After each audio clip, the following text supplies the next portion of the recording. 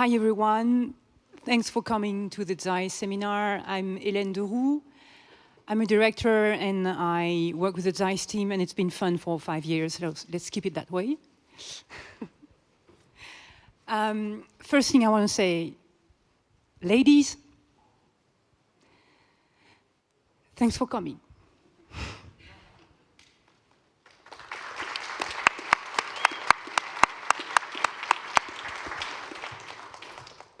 Non-ladies, you can stay, it's okay. I think I can say that on behalf of the Zeiss cinema team, we are just humbled to be there with you. Just calm down. And very proud to be able to help you build cathedrals or whatever fancy metaphoric building you want to build with lenses and everything. It's a great joy to be here with you all. And I think that CAMERIMAGE should be as honored as we are to have you all. So thank you.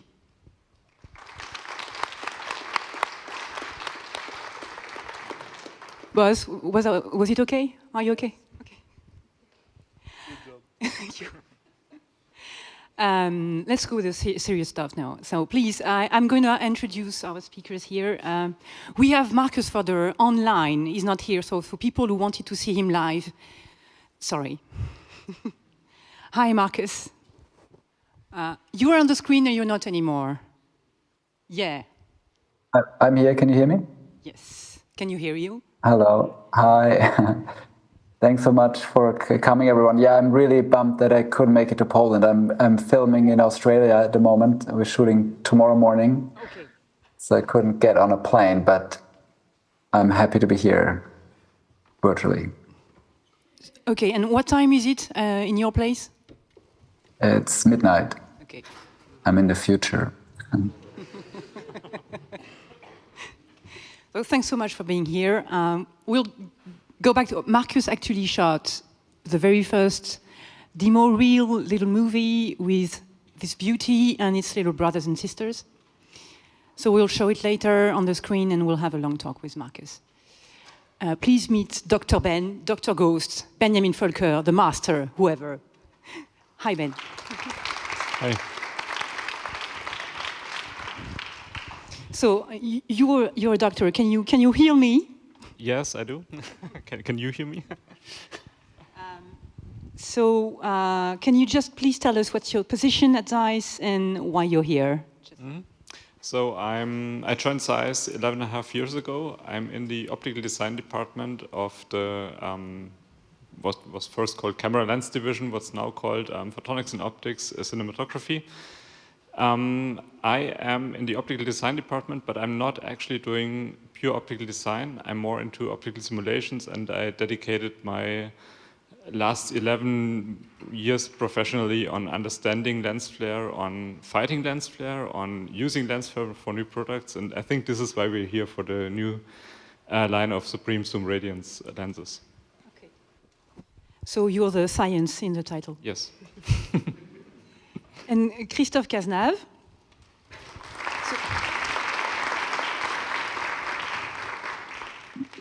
You're head of the cinema department. Yes, but on this product, I'm the product manager, right? You are also exactly. The product manager. This is an important part. So you will answer to the question, but why? But why, yes. Yeah, but why? I'll answer. Okay. So I would like to know first, can I see you guys, who has already used, shot, or tested the Radiance Primes? Oh, just about 8 of you guys. Okay, that's nice. That it means that we need to dwell a little bit in depth in how you made them. It's cool. Okay, let's dive in actually. So we have the Radiance Primes. They've been around for 5 years. They have a peculiar frame, flare, sorry for that. What was the idea? The idea? At that time we launched the Supremes, and immediately, because people started to see that Supremes are not typical size lenses, are not as, I would say, clinical as the the former lenses like master prime, ultra prime would be. They are more, they have something, a bit more softness, I would say, even if they are quite sharp. But they say, oh, okay, but there's something missing. And especially 2 or 3 friends were asking us, so from rentals, and say, okay, our guys would like, probably there would be, can you detune them? Can you make something like this? And then we were talking about flares, and I was, let's make a flare set, because on the mass anamorphic we did flare sets. But flare sets was only a quick solution, and the flares were not so nice, so people were not using the flare sets and so on. And I mentioned to one of the rentals, who is Keslow in LA, I say, if I can bring our scientist with me in June, then we could try to see if we can make a very nice flare edition. And I knew that Benjamin, I mean, I got to know him. We started almost at the same time at Zeiss.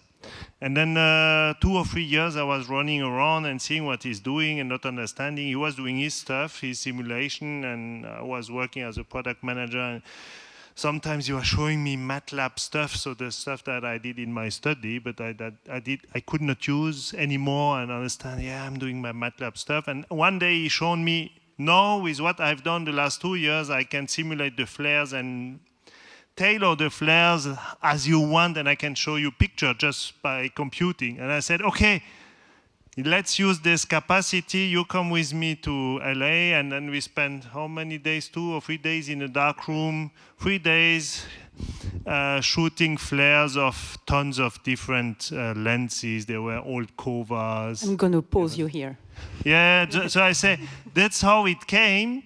We said, okay, let's make a special variant of the Supremes. And that's how the whole story happened. Okay, that's the beginning of the story. All right. Yeah. So let's talk science, right?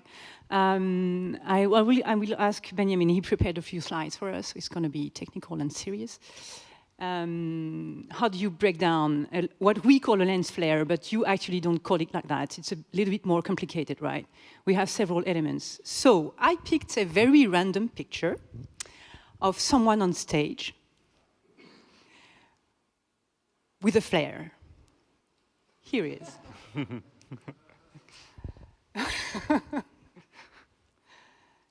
This is someone, so this is a flame jumpsuit, all right, and it was taken in October 1976 in Omaha, right? And also, you have quite something around the guy here. So,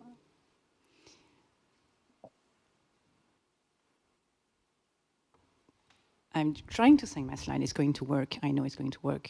Here we go. So please. All right, so as Christophe pointed out, we were looking for a new look, and back then in 2018 it was. I mean, all my my intention for flare back then was to fight flare actually, and to fight flare, lens flare, you need to understand it first, and it took me really a while.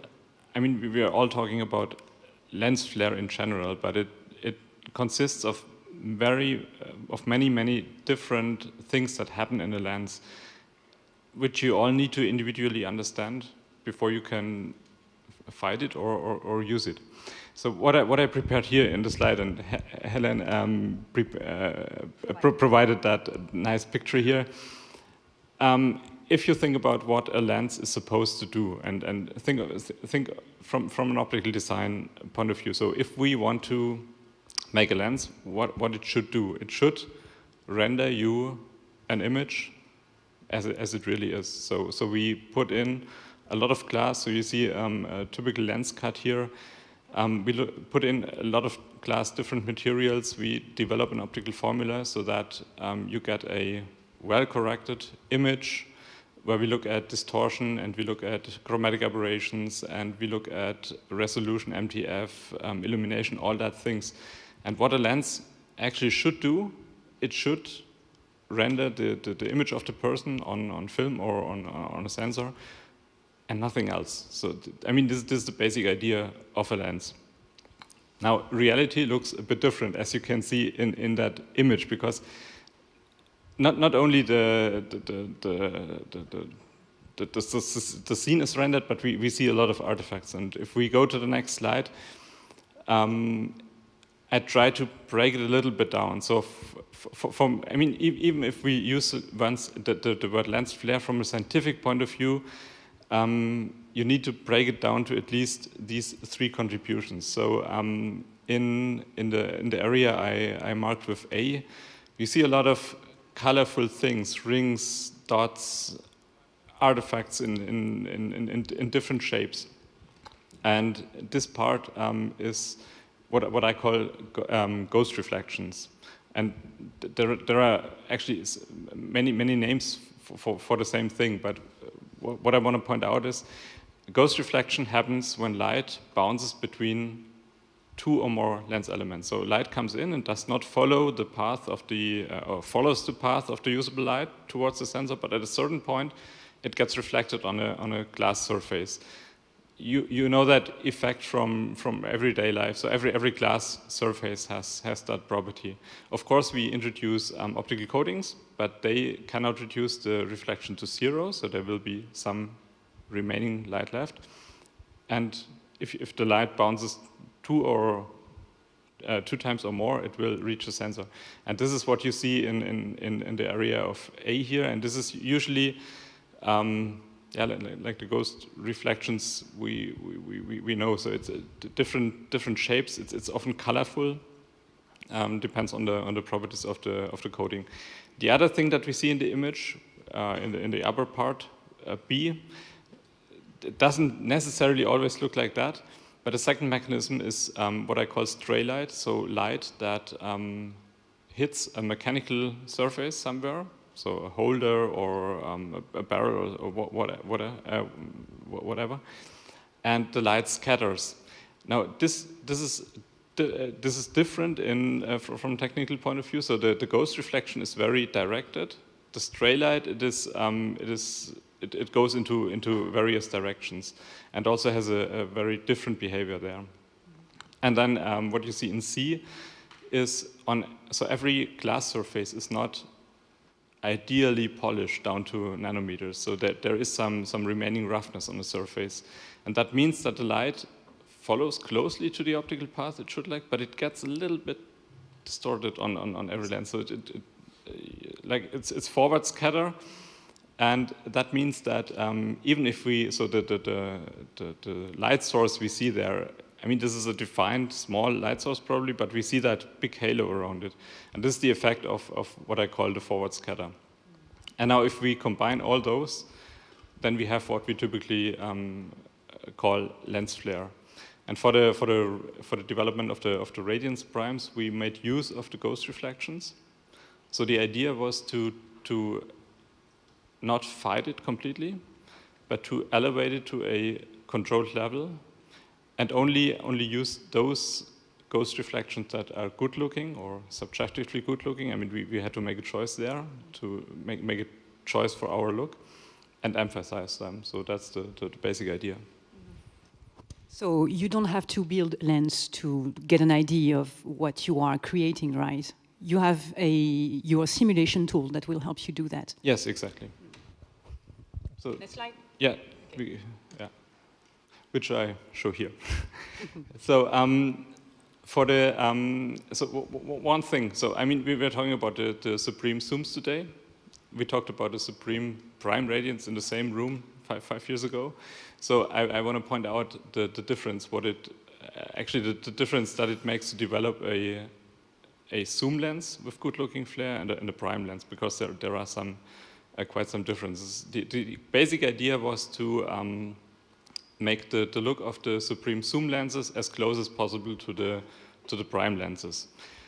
Now there are some complications. So I mean, a zoom lens is a very complex lens. So we are talking about up to 24 optical elements in a relatively small lens, and then to achieve the properties of a very good cinema zoom lens, so no focus shift,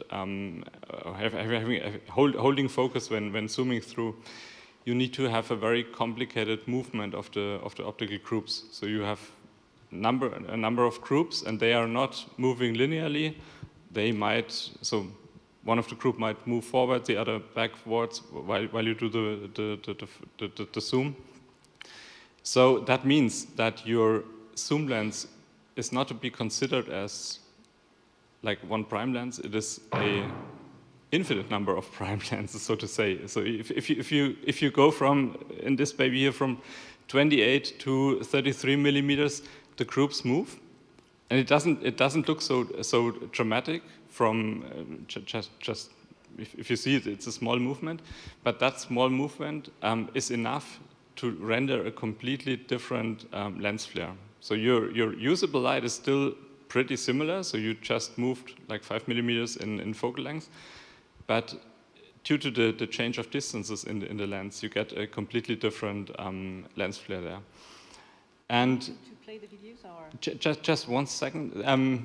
And what we show here is the 15 to 30 millimeter lens, and you see the two configurations. So the upper one is at 15 millimeters, the lower one is at 30 millimeters. It's the same optics, of course. We just moved the optical groups, but that will lead to totally different lens flare behavior. And I tried to show you how we predict the lens flare, and maybe you start the video now. So you will see some light rays moving through the lens. Is it actually red? Yeah, so it is actually. I don't see it on that screen. You see in black the rays of the usable light, so they form the image. And you see, I just started like 50 rays on the front surface. Only a small number come through. Only a small number hit the entrance pupil, and it's only 50 rays. And then I allow like double reflections in the image, and you see there is a multitude of rays generated there. So it's actually 1,000 times more than the usable light. So this amount of simulation or computation it takes to predict the lens flare. So I mean, so to say, in this example, it's like 5 or 7 rays. I don't see it of the usable light. It's like 6,000 rays for the lens flare. So it takes, you can predict the image pretty fast, but it takes really some effort to simulate the lens flare. On the right side, you see an example of the predictability that we reach. So the upper image is so this is a virtual image, right? Yes. The upper one is a virtual image. The upper one is a prediction from simulation. The lower one is the real image. The real image. So just with that lens shot on camera and have a comparison. So it's real. So we don't reach that with 50 rays. Usually we reach that with 1 billion rays or maybe 10 billion rays. And thanks to fast computers, we can do that pretty fast. So your little clips are quite long because you really slow them down. This is happening. Yes, I mean this is just an animation showing you how it looks like. In reality, it's like it happens at a speed light. A couple of million rays per minute. Okay, and in the end, it looks like this. Just going to the end of the clip, just so that people get an idea. Okay, yeah. So everything that's light blue, right? It's unusable light, and yes. this is going to give... To cause the artifacts. Yes. Yeah, this is the artifact you want. Yeah. And you change... I mean, it's not the artifact we want, it's all the artifacts. Yeah. And then with the coatings, we can emphasize them or diminish them. And that's how we design the look then. Okay, so the only parameters that you will tweak in your simulation tool are, you can only tweak the coating, right? It's yes. all about the coating. Yes. And it's coating on every glass surface you can find in the lens, and it's what is you're going to change. There's a lot of parameters you can vary on. I mean, in the end, so we have two types of coating. So we have the standard T-star coating that you all know since 1935, I think. I mean, it has evolved since then, but it's called like that. The idea here is to get rid of the reflection completely. So it's an anti-reflective coating.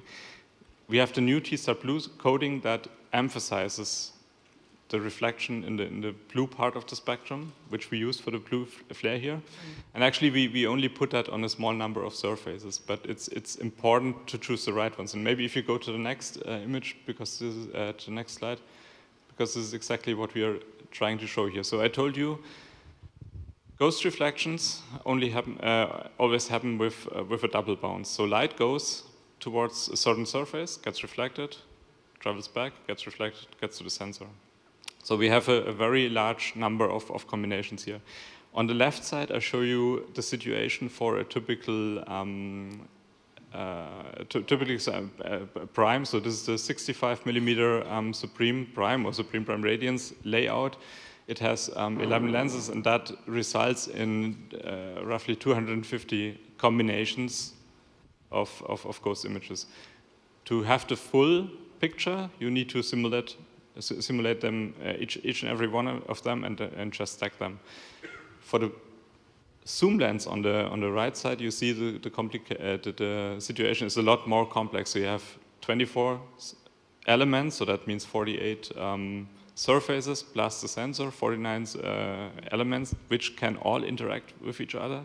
And that gives you a very large number of combinations. And then it's a trick to filter out those that are good looking, emphasize them with the blue coating, and remove the others. Yeah, let's talk a moment about this blue thing, right? Mm-hmm.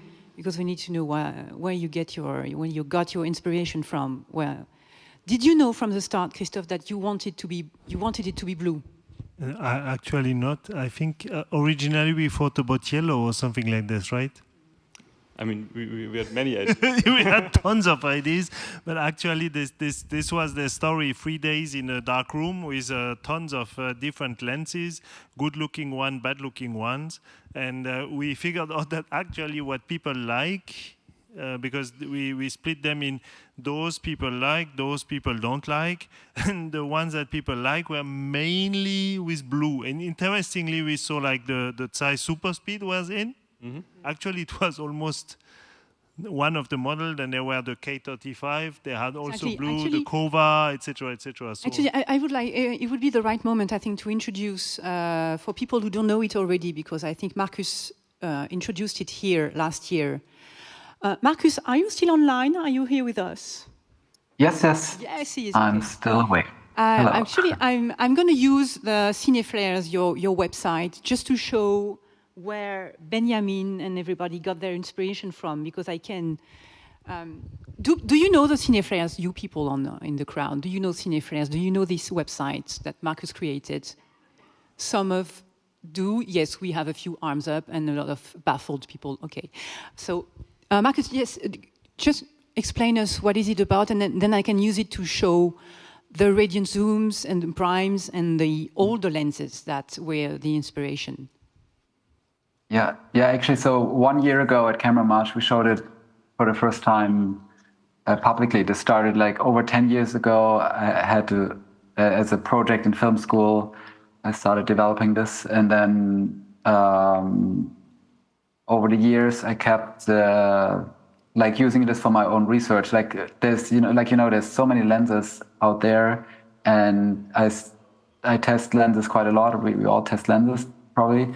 And there's so many factors, especially when you look at flare, like I see sometimes people in a test room with a flashlight, and every angle degree, every variable changes the look of the flare. So to really like make an informed decision what lens to choose, like I decided to shoot these tests with motion control. So this is basically a large database with hundreds of lenses. They're all shot with motion control in front of black.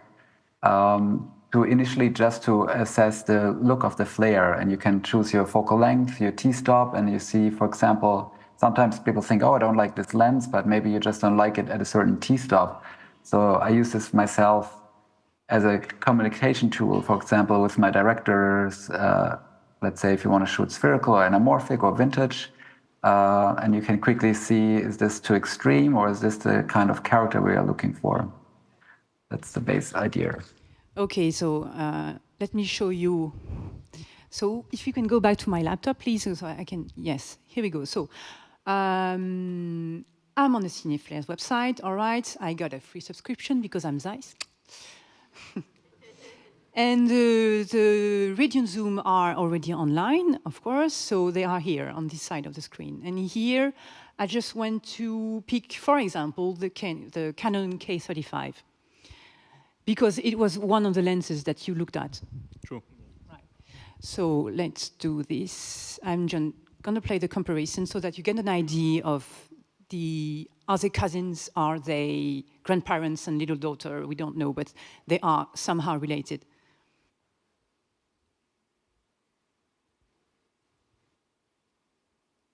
There you go. And it's actually, if I can jump in here, quite fascinating, right? This was always the issue with vintage lenses or rehoused lenses. There's some really unique primes, but it was very hard to find a matching zoom. And that's so fascinating that a zoom that's made in 2024 seems to be like the best match for a lens. I don't know, when the K35, I think, are from the 70s, if I'm correct, how well they match. Okay, let's have you have also Zeiss super speed, so let's have a look at this too. Zeiss super speed, okay, so 35, 35, sorry. I'm going to the somehow same T-stop, and let's play it.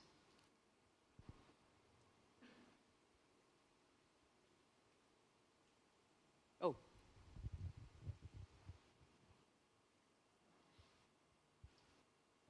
So what we see here is, because this is all shot with a large format sensor, open gate, you see basically the hard vignetting. Yeah. Let's play it again.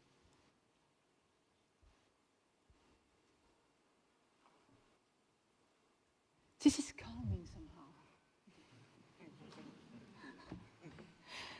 Okay, let's keep looking at this, right? Yeah. Okay, so you got your inspiration from that, but the idea was not to recreate that, was it? Exactly. Yeah. Perhaps just to say one thing. Unfortunately, there was no CD flares at that time. Yes. So we were playing like amateurs. So this is professional. So Yeah. I really would have liked to have that resource back then. So I think it's a really great tool. Yeah. So you went with the blue because it was just what you got the sense, you got the feeling from rentals and people you talked to that the blue would win the poll, right? I mean, so we had to look at different options. It was not only the K35, it was Super Baltars, it was many different that were popular around that time. We tried to find a common denominator there, and the blue flare was something that we saw was a feature of that time in many lenses, not in all, and we also saw that these families within not necessarily were completely consistent, but this was something that was seen in many of them, and especially in those that were perceived as nice looking.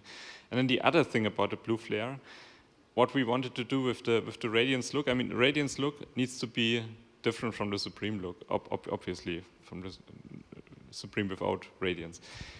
And the blue flare has the nice effect that if you reflect blue light, you take it out of the image-forming light that forms the image in the end, which means that if you introduce blue coatings and introduce blue reflections, at the same time, you make the image warmer.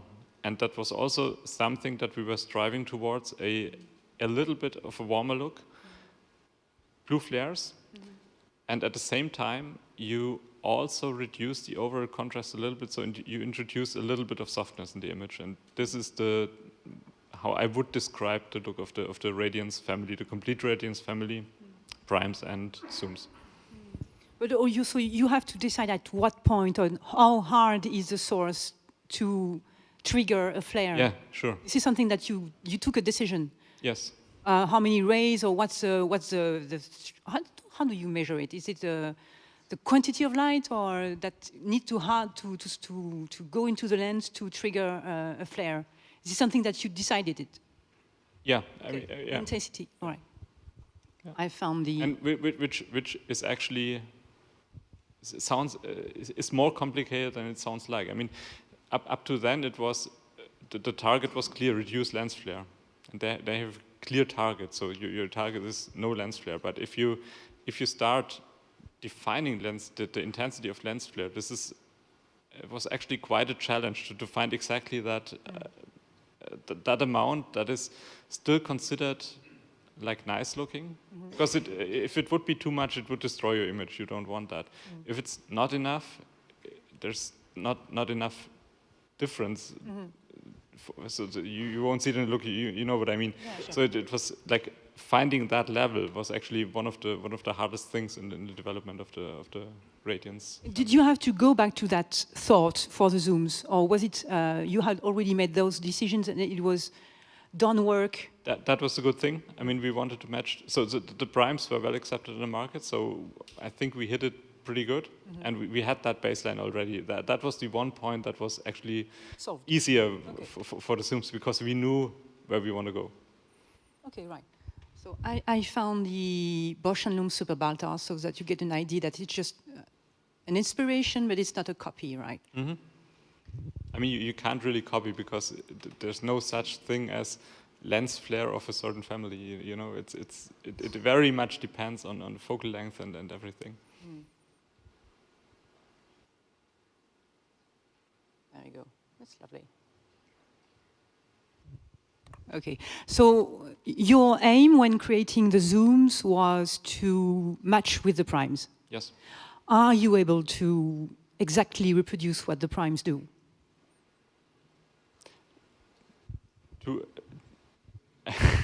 I mean, it's... You can say no. What is exactly?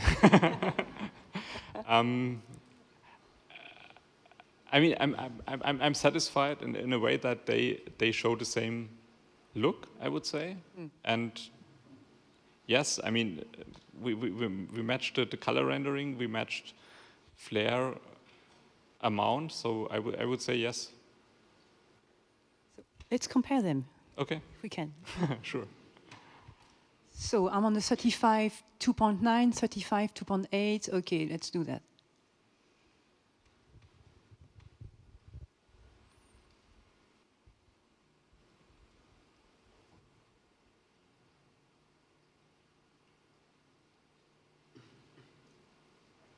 Okay, so you think what you think.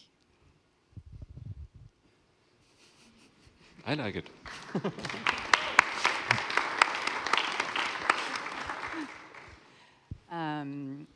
Let's go back to the slide, because there is another one. We're not done with that. So we have the many possibilities of the zoom radiance right here. And then you also have this picture that it's quite telling on how many iterations you have to go through and what you have to choose from to pick the one that will work. Yeah. I mean, actually, so the previous slide was simulation, and we did really lots of virtual prototypes, so to say. So we're using the digital twin approach, so we can reproduce. I mean, as I said, we can predict the lens flare. So we in simulation we tested very many configurations. As actually built prototypes, we still had to build some for the fine-tuning, but I mean our experience, especially with designing the prime lenses, made it possible that we only build up, I looked it up this morning, I think it was in total only 13 prototypes. That was much less than we had actually on the prime lenses. 13 prototypes for the three for the zooms three, in total? Yes. Okay. Yeah. Do you remember how many prototypes you had for the primes? More. Okay. 50, do you remember, Christophe? I don't know. Yes, I remember. Probably more than 50. Yeah, it was try and guess. But still, even after the simulation was quite fine. But I mean, as you saw, we would have needed to do 400 tries, but we did perhaps, I think it was 4 to 6 trials per focal. Yeah. Yeah. Okay, on 11 primes. Okay. I mean, the thing is, we also always say we can predict in simulation. This is true. But the other thing with lens flare is that it depends on so many parameters. So it's the position of the source, it's the size of the source, it is the color of the source, it is your aperture, it is your focus position, and in the zooms, of course, the zoom, the focal length you're actually shooting at. And there's only so many things that you can simulate. Later, if you build it, you can easily use the flashlight and wave it through, and that would take like weeks in simulation. That's why we need the prototypes, and in all of them, we were like so when we built the prototypes, we were at a 85% stage already. So we did some fine tuning or looked at different options that looked pretty similar in simulation already, and then just decided on the one that we liked the most. So that is what this image shows. It is, and this was only a very, very small subset on the data that we were looking at. So in the end, I took close to 10,000 still photos with those 13 prototypes that we had, just to decide which one to take finally. Okay, you're now talking about still photos, but we have a zoom, so there is something that's moving in the lens. That's true. And that is something that you cannot. Can you simulate it, how it moves? You can hardly. I mean, I can simulate still images for the different focal length, but it will look like a stop motion film, and we can. I mean, every simulation takes a couple of hours, so you can not all. I mean, I told you the parameters that we are looking through, so we cannot really do those continuously, and that was also one point where we of course needed the prototypes, but also that showed the fascinating capabilities of the zooms, because they are, if you zoom through, and you will see that in a minute, they are really unique. So this is a feature, at least I have not seen in any other lens so far, what you can do with lens flare there. So if you... So let's look at the very, very first moving flare ever shot by you. Yes, in the basement, so everything will be shaky, and I'm not a master on the cameras. But nevertheless, we... So this was shot with this very lens? It's yes. This one, physically, it's this one, okay. And this is the very first shot that was shot so on March the 5th this year.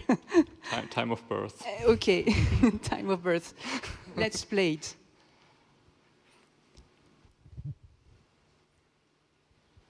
So you're zooming in and out. Exactly. So what I'm doing is I'm zooming in and out, repositioning the source a little bit, zooming in and out again.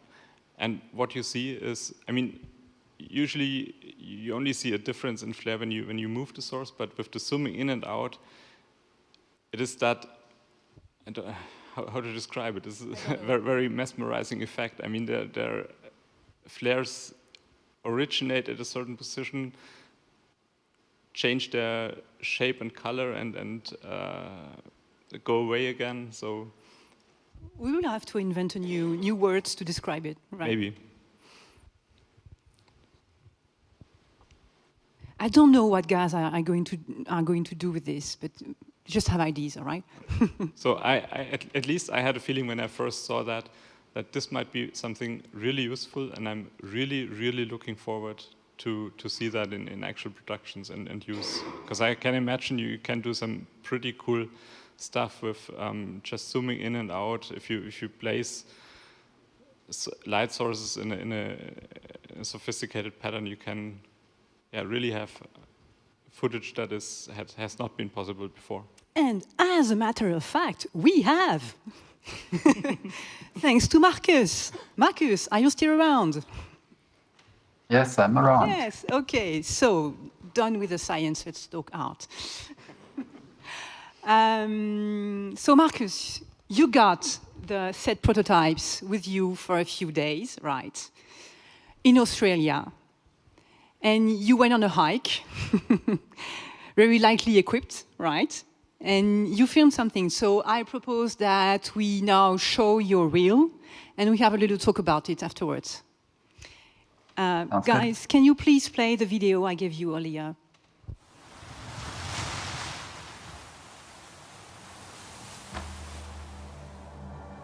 Silence is not the absence of something.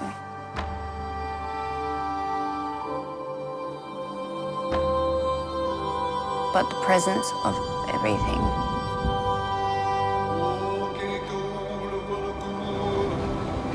It is the presence of life.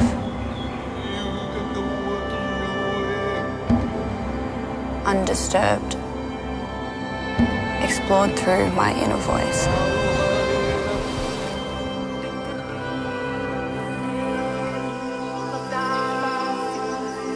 I seek places where I can hear the echoes of the past.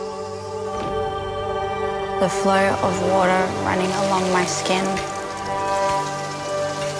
I feel the heartbeat drumming like the heartbeat of my ancestors. The stories my people dream of can only be lived in silence.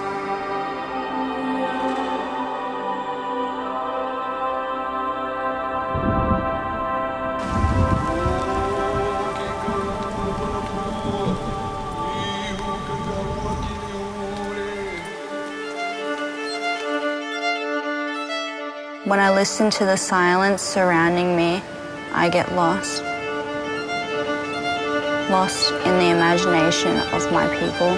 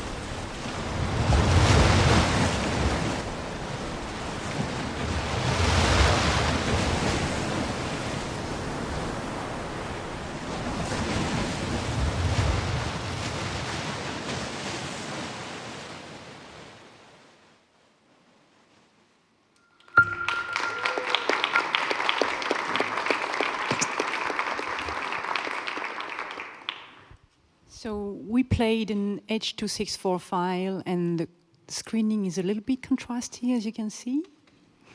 You can watch it online. It's online. It's on a YouTube channel. So if you want to see it in other conditions, please feel free. So, Marcus, can you please tell us what was the idea? What camera did you shoot on, by the way? I shot on the Red V-Raptor X, for the large sensor.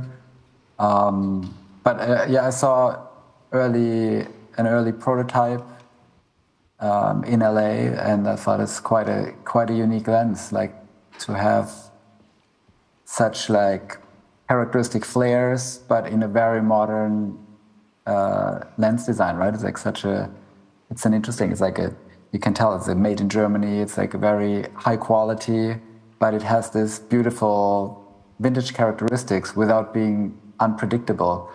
And so when the idea came up to let's shoot something to basically show the characteristic of those lenses, at that time I was already in pre-production on a movie in Australia, and like we scouted some locations, and I thought it's like, let's go out into nature and show different light scenarios, right? Like this, we shot it very early sunrise. We put those lenses on a heavy lifter drone, and I wanted to try like a vertigo effect from the air with a drone. Like this is shot as Lisa, our actress, is walking into the jungle for the first time. Like we push in and zoom out, something you can only do on a zoom. While there's a flare happening. And what I found so fascinating is, like I use a lot of vintage lenses, or I like to change different lenses for different projects all the time. And I think many of us, right, cinematographers will love vintage lenses, but they have something very unpredictable. And what's so unique about the Supremes, like you can make them flare if you want, but you can also avoid it. Like there's no, let's say, bad surprise, so to say. Like, for example, that's why we included those shots at the end flying into the sunrise, which is supposed to be sunset. You see barely any flare, only if you want to, like if you shoot wide open with a dark background, and if you zoom in a little bit, especially on the longer zooms, you can capture beautiful flares. And also, it's not just about flares, right? Like what was mentioned before, the warmer, slightly warmer skin tone. I was really interested how do those lenses render skin tone, or the bokeh. That was actually my biggest surprise. Like, I think a lot of are a bit reluctant using zooms because usually there's like downsides. They're not as fast, right? Or people think the look is not as good. But I would say those zooms are on par, if not better, than most primes. Like when it comes to the bokeh, like I shot them wide open most of the time, and the way the background is rendered out of focus was just beautiful. How long did you shoot, just out of curiosity? We shot over like 2 weekends, like 4 days, and I went out a couple of mornings to get some like additional footage without the actress. So basically 4 days. Okay, I'm going to show some just quickly a few BDS pictures so that people get an idea of how you worked, and I think it's. I would like to show. Yes, here we go. Okay. All right.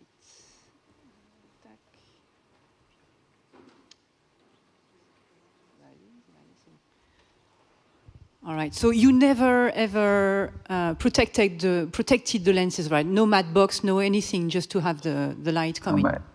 Yeah. Exactly. Yeah, I wanted to. I personally. Yeah, I rarely use a matte box because I like the lens to be exposed to the light sources in the scene, right? So you feel, as you pan, you feel the lens interacting with the light. And especially in this case, I didn't want to introduce any filtration. Like the only ND filters we used were behind the lens. So it's like, okay. I think that's the minimal impact of introducing any artifacts that are not part of the lens. And then we were like, there's so many stunning locations here, but it requires you to very remote. Like we had to hike into like the rainforest. So we put all our gear in backpacks. We put the lenses in backpacks and a camera, and went with our team out there to this waterfall location or early sunrise by the beach. And most of it I actually shot handheld. Like the zooms are not small, right? And very lightweight, but I was eager. I wanted to shoot handheld to explore. Like I thought it fits the story we wanted to capture, and to be able to just be free and like explore. Whenever I see something interesting, I can just grab the camera and move it. And actually, this was quite a benefit that they have a certain mass to them. Like the handheld felt very smooth. Like if you have a very lightweight and camera lens package, right, you introduce shaking. But this felt like almost like a gimbal. There's a handful of gimbal shots and some drone shots, but I would say 90% is shot handheld. Okay, so you got the idea of the drone. So what's the rig like? Is it a Ronin, right? You put it on the head on a Ronin? No, it's just a Ronin. Yeah, it's like a Ronin. Okay. It's like on a Ronin, and then we had a fantastic drone team. They like checked the day before or 2 days before everything was balanced, because it's quite a payload, right? Especially also the long zoom. Like what's in the film is the short zoom, that's 15 to 30, and the medium zoom, 28 to 80, because we found it has the most dynamic from the air, and especially when we do this vertigo, as we like push in and widen out. The short zoom was the best for this.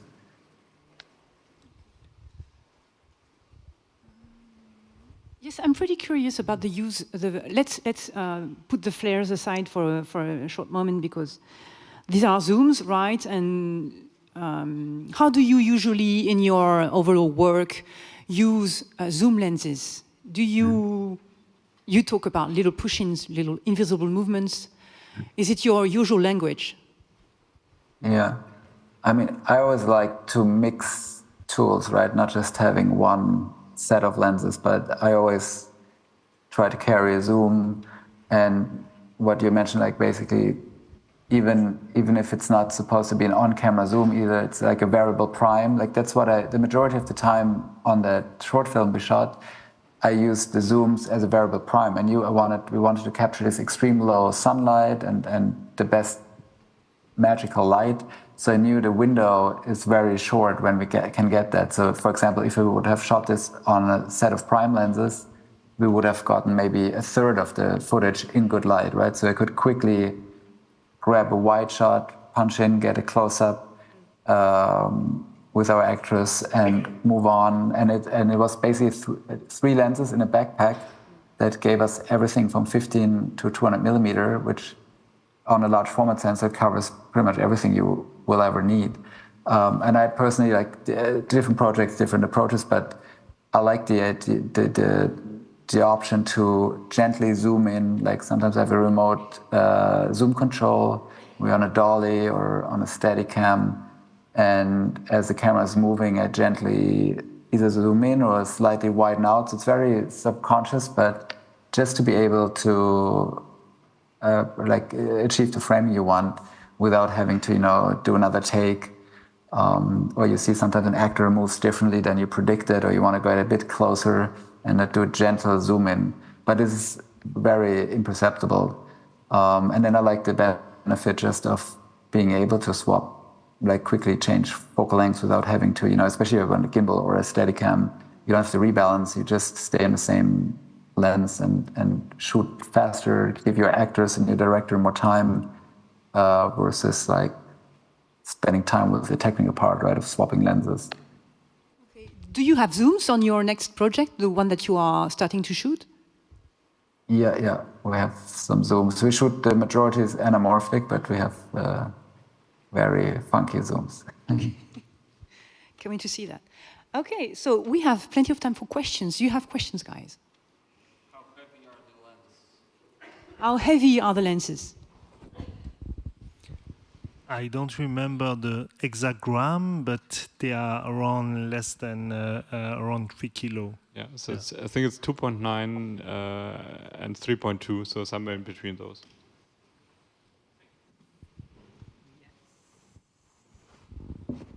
Seems that we've been pretty... Oh, we have a question over there. Thank you, sir.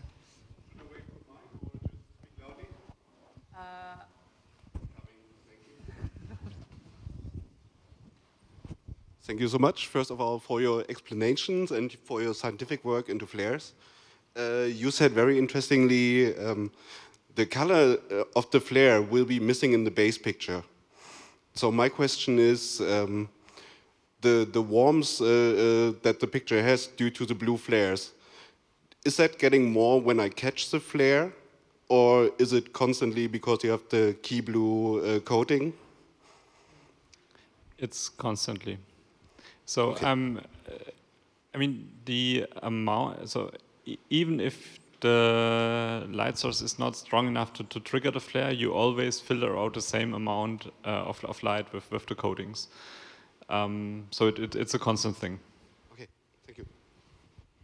If I can jump in here, what I found actually when we shot and had a light source in the shot and we got a nice flare, it appears to be warmer sometimes because you get this color contrast.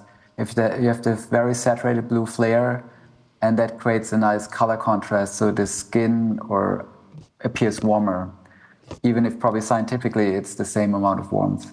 But that's what I was quite surprised, how beautiful the skin tones look, because you get this color contrast between cool flares or cool flare in the shadows and then a warmer skin.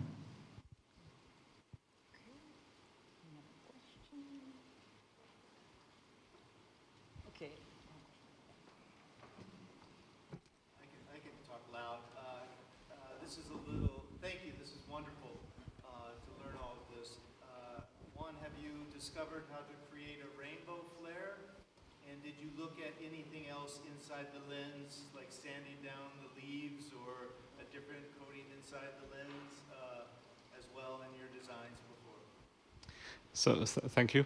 About the rainbow flare, yes, we understand where this is coming from, but we try to avoid it actually. So for this look that we have here, we try to avoid it because we couldn't have had it consistently in all the focal length.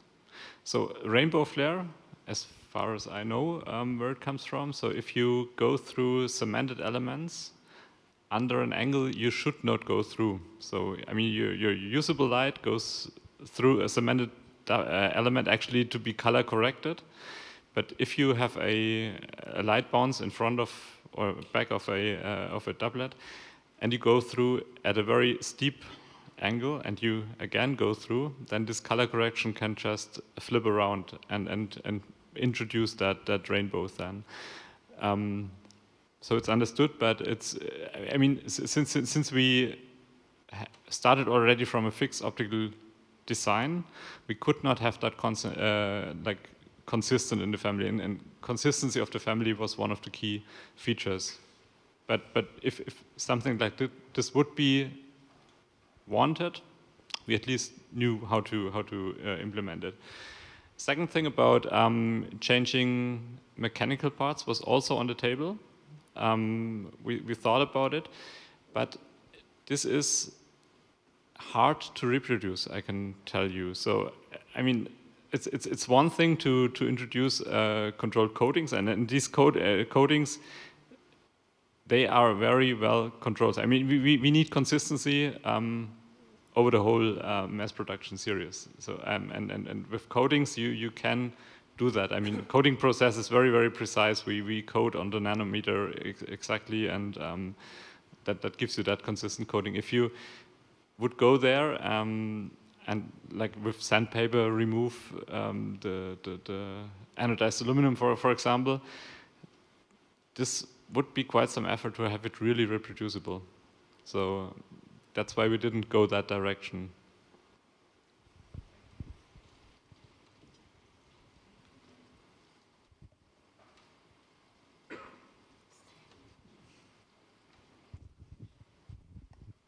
Yeah, this is maybe a stupid question, but having used the Zeiss super speeds before, sometimes there can be these pink chromatic aberrations. Is this something you guys also struggled with this lens? Or is the newer lens kind of avoiding those aberrations around, for example, a silhouette? Definitely not a silly question. So what you saw, the chromatic aberrations in the super speeds, they are much bigger than we have in the modern lenses now. So I mean, this is the reason why we have that amount of glass in the lens actually to correct those aberrations better. For sure, we could introduce them, but yeah, that's the reason why you don't see them on the new zoom lenses. Sorry, quick follow-up question. And are those aberrations affected by the blue coating? Like, are you kind of trying to counteract the blue coating, or is this just completely different? So this is the thing. So color aberrations come purely from the optical design.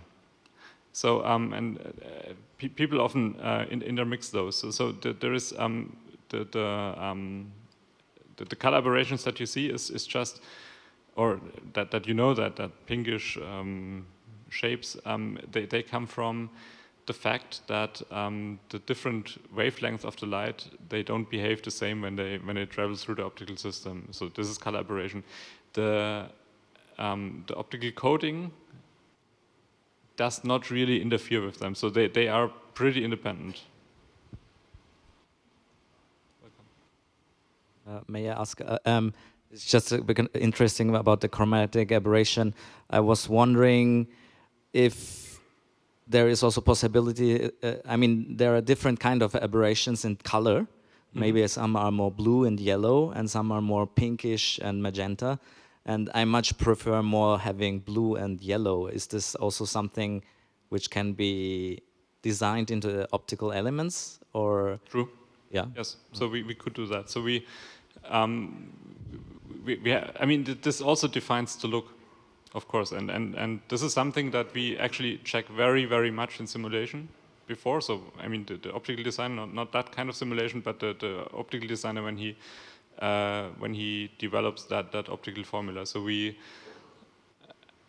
have some hefty tests where you just look at defocus, different stages, and so on, and you exactly predict the color of the, so not only the size in terms of pixels, but also the color. And we have some preferred color that we want to go to, and some that we want to avoid. But you could actually, so I mean, if anything is possible. So you just, I mean, optical design is a optimization technique where you just put, we call it a merit function. So you define a function where you put in like target values and you try to reach them. And if you say your target value is a yellow and greenish collaboration, then so be it. So you can find a solution for that as well. So it's really all, nowadays, it's all a matter of choice, and there's no chance, no room for chance anymore, right? So it's all result of decisions and trade-offs, yes. I guess. Yes. If you do it the right way, yes. I am amazed by the tool you've built to simulate lens flares, and I'm just curious whether you have more tools which like simulate focus roll-off or other like aspects of the lenses. We do. So I mean, it's similar techniques, of course. So it's ray tracing and massive ray tracing. For image simulation, we have in-house developed tools, completely in-house developed. Where you can simulate exactly what you're saying. I'm saying focus roll-off and yeah, I mean also bouquet, for example. Yeah. So yes, this is all known before you build the lens actually. So that, I mean, that's the beauty of the digital twin technology nowadays. There are not so many surprises afterwards. I mean, it's of course surprises start when you build a digital twin. If you forget something within that, or if you, I mean, you always have to make some assumptions. You cannot put in the whole reality. The digital twin is only as good as the input that you give. So you have surprises if you do something wrong. But I mean, theoretically, if you put in the whole truth, it will give you exactly what you will see later. And the biggest part of the issues is the tolerances. So basically, in order to have 100% the truth, you need to reduce the tolerance on all the elements. Yeah. And actually, the price of the lens is not the elements; it's the tolerance. So, so if we would do a lens where we say we don't care about the tolerance, this one is like that, the other is like that, the other is like that, it would cost perhaps 1/10 of the price. The whole story is precision. It's really reducing the tolerance of what you build so that it matches almost 100% what he simulates. That's the price of the lens. And that's the competence of a company, of companies with, let's say, more experience. This is this reducing this tolerance and making what you want to achieve. Oh, they're great. They are great, but at the end, it's all what you need to, what you want to deliver. So we at Zeiss, we are used to deliver. If you take lens A, lens B, you don't need to write down the serial number. You'll get almost the same, and this is important. At the end, we can play on the character. We decide we give the character, but you'll get the same character if you take this serial number, this other serial number. This is our philosophy. I have a good question. Thank you very much for this presentation. One quick follow-up on the lens flare colors. Could you produce flares that would change color in relation to the color of the light? That's a very quick, small question. And I have another question, which is, does the intensity of the flare has an influence on the focus, the fall-off of the focus? Do you have something that the intensity of the flare could have an influence of the way the focus is, the light is transmitting to the sensor? I think Vincent wants a lens to try. Okay, so two very good questions. What was the first one? First one was sorry, the first one was the color of the flare. The color, sorry about that. Need to think about that actually. Maybe you come back to the booth later. So I mean, sure. It is. So I mean, what you're, if I understand it right, you want a flare that changes. So it's different for different light colors. It would take the color of the light source. Mm-hmm. I mean, something that would not be bluish by its nature, but be turning blue because there is a blue light and turning red because there is a red light. I mean, actually, our flares, as they are, they already react on light source color. You must be aware of that. So, I mean, it's like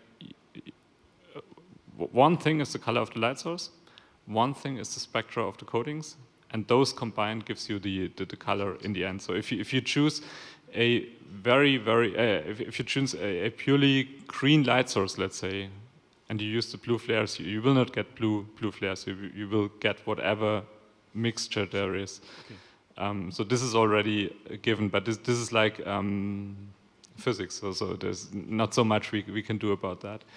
So did I understand you right, or do you want something where you like can change the color? No, it's more about like the spectrum of the light would have an influence, but you gave the reply. I was wondering if there was like some kind of white pure coating that would only take, that would not be influencing the color of the light. Mm-hmm. Since your coating is blue, if you've got maybe red, it will, as you said, mix, and it's pure physics. But I was wondering if there was any way to have a coating that would not have an influence, but just take what was there. But I think you replied quite clearly. Yeah. Let me think a little bit about it. And what about the focus? You could work about with absorption maybe. So this could give you different effects as well. But you can't have it completely independent. So okay. Yeah. Focus fall off. So the lens flare actually. So the color of the lens flare should actually not so much influence the roll-off. I mean, so the roll-off is still completely connected to what I call the usable light, so the non-artifact light. Introducing the blue coatings will give you a warmer rendering of the image, and at the same time and at the same amount, it changes the color of the roll-off as well, and the bouquet. But there should be no direct connection to the lens flare. I mean, the lens flare would have been to be really, really, really bright, to have its own lens flare bouquet. And this would mean it must be like 100 times brighter than you're seeing. So you're totally blown out before you would see an effect like that. Okay, thank you very much.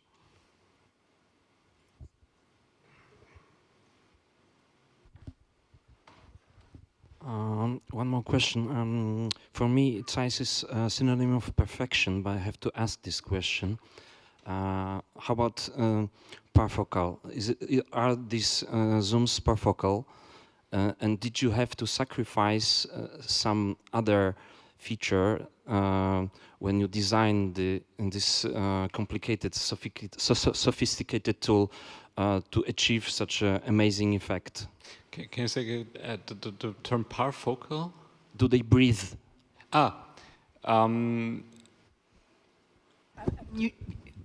Please stop by the booth and have a look. Maybe I think it's the easier way. Yeah. Every lens has a certain amount of breathing. It's how much you reduce. So, but they are quite like many or the majority of the modern lenses. They don't breathe a lot. So if there is breathing in a modern lens is wanted. In the past it was different, but nowadays you would design a lens to reduce as much as possible the breathing. Yeah. At least what I can say, so the change of coatings would not affect that in any way. So this is like really defined by the optical formula that you're using and independent of any change that we discussed today. Thank you.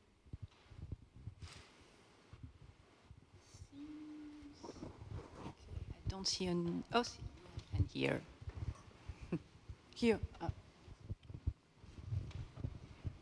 So I'm very curious about which of the three zoom are the one you're most proud of. I mean, the wide, I guess, is the most complicated, but I'm curious if this was also the one that requires the most technical achievement, because it's a large format zoom, is from 15, and I guess you need to do a lot of research. First question. The second is another related to this 3 zoom. Where your old variable prime a source of inspiration for this zoom? Zeiss variable prime. Okay, so first question, which was my favorite? It's really hard to say. It's like choosing your favorite child. Yeah.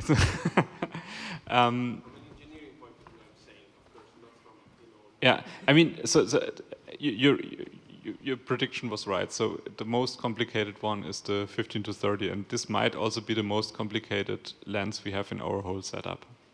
So I mean, a wide-angle lens 15 to 30 with 2.8 on large format is horrible from an optical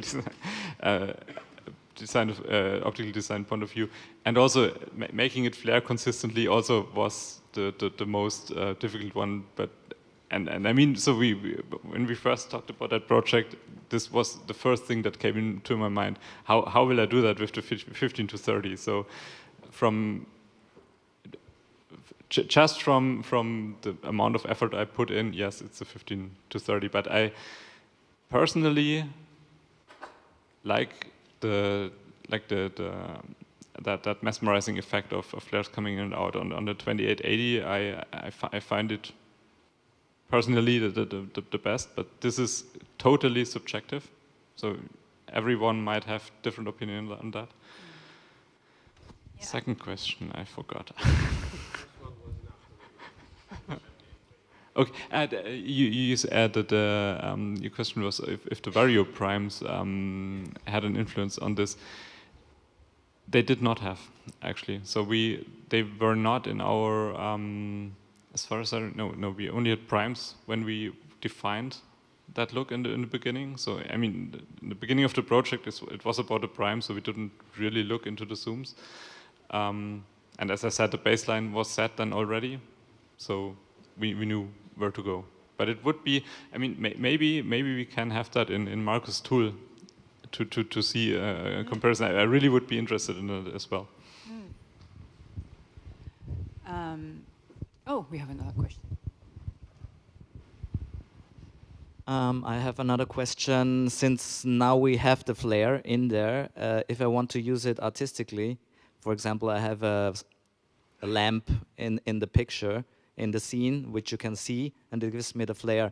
Is there a possibility then to later, by maybe filtration, make the flare effect less prominent, or?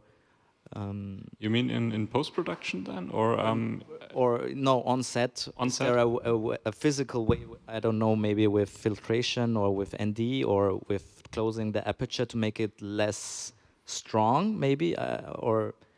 I mean, so it's always worth to play around a little bit. So I mean, with flare, as we said, there's so many parameters that go in there, and it might really be that if you just shift the lamp a little bit, it might be a complete different picture.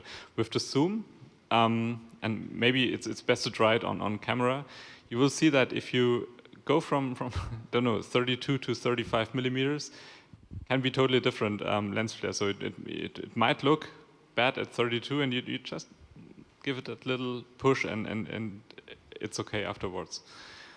And maybe if you're, what I also observe is like modern lighting can be very directed. So if you have LED lighting, it also depends very much how the light is really directed towards your camera. So it might already be okay if you just turn the lamp by 5 degrees, and you just get the main light next to you. Might not change that much in the scene, but it can, so to say, switch on and off the flare, maybe in a way that you like. Or Marcus, actually, you had, when you shot the scene in the forest, you had a spotlight, right? You had a projector with you to trigger the flare, right? That's right, yeah. So actually I want to add to that question. These zooms are very unique, in my opinion, because they're not like flare monsters, right? If you want them to flare, you can get them to flare, but they don't, like if you don't want to flare, it's easy to prevent. And like most, let's say, vintage lenses or vintage zooms, they have like all kinds of different flares, right? What I explained earlier, like this rainbow flare or wheeling glare. What's so unique about the Supreme Radiance zooms, there's pretty much just a spherical spot flare, and you can, even if you close the iris, this flare gets smaller, but it doesn't disappear. Like some vintage lenses, for example, when they're wide open and you close them down just a third of a stop, the flare might go away or might look quite different. I think they're so controlled, that's so unique about them. And it's easy by just decreasing the brightness of your light source if you don't want a flare. Oops, last point. So basically, we have been using for the test Fresnel light, and then you can vary intensity or the focus. So play with the focus and play with the intensity, and then we'll be able to also really change a lot on the intensity of the flare, and some bubbles might even completely disappear. So you can play a lot also with the lighting. Okay, I have another calming video for people who are leaving. Just stay another 2 minutes. I would like to show a short video. So Marcus' team shot some clips, and you shot some clips last week exactly to show how the shape changes when you tweak some parameters on the lens, right? So I'm gonna play the video now. It's really short, don't worry. and it's you will understand what's happening. So okay.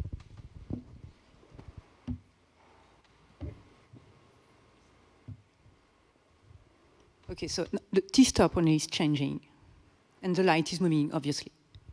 So this was shot by Marcus' team. We have a focus rack.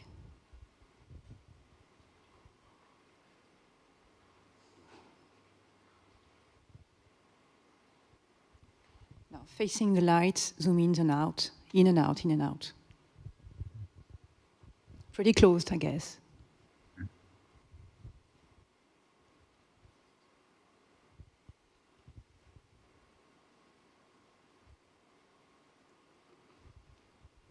And this is what you shot. So it's just a change of focal length here on the 15 to 30.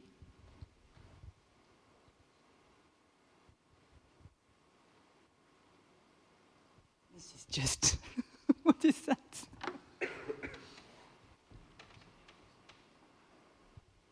Yeah, I think those rings are quite fascinating, right, and unique. It's almost to me like water drops hitting a water surface, right? Yeah, and you like get those bubbles rings. or raindrops or Bubbles. something. Some It's quite elves or fascinating. fairies or I don't know.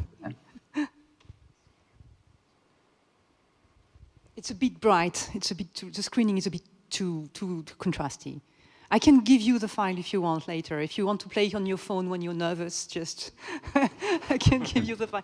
Guys, you should make a meditation app with this. It's psychedelic. Psychedelic Zeiss.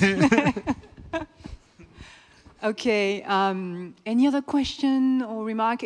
Yeah, up in the air over there.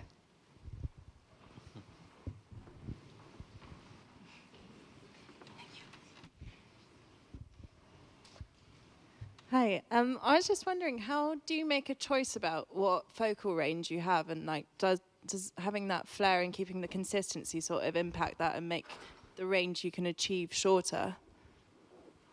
You mean the zoom range? Yeah, the focal zoom length range. Yeah, I mean the zoom range is mainly based on let's say the coverage of angle of view you want to achieve, and there are kinds of codes that are almost predefined because the majority of the DOPs, they have things in their head and say, I need to have this and this. And of course, for full frame, you have to scale because the angle of view change, and it became, in the old time of Super 35 was quite clear which focal you need, and on zoom, which focal range you need. Now with the full frame, not being full frame, but there are tons of different sensor size, and you need to try to find out what would be the best compromise in zoom range, but that's how we do, right? So basically, yeah, and then of course what you can afford, so especially here, these are 2x zoom, so then you need to find zoom range that are quite complementary and that fit quite well. So, yeah. Thank you.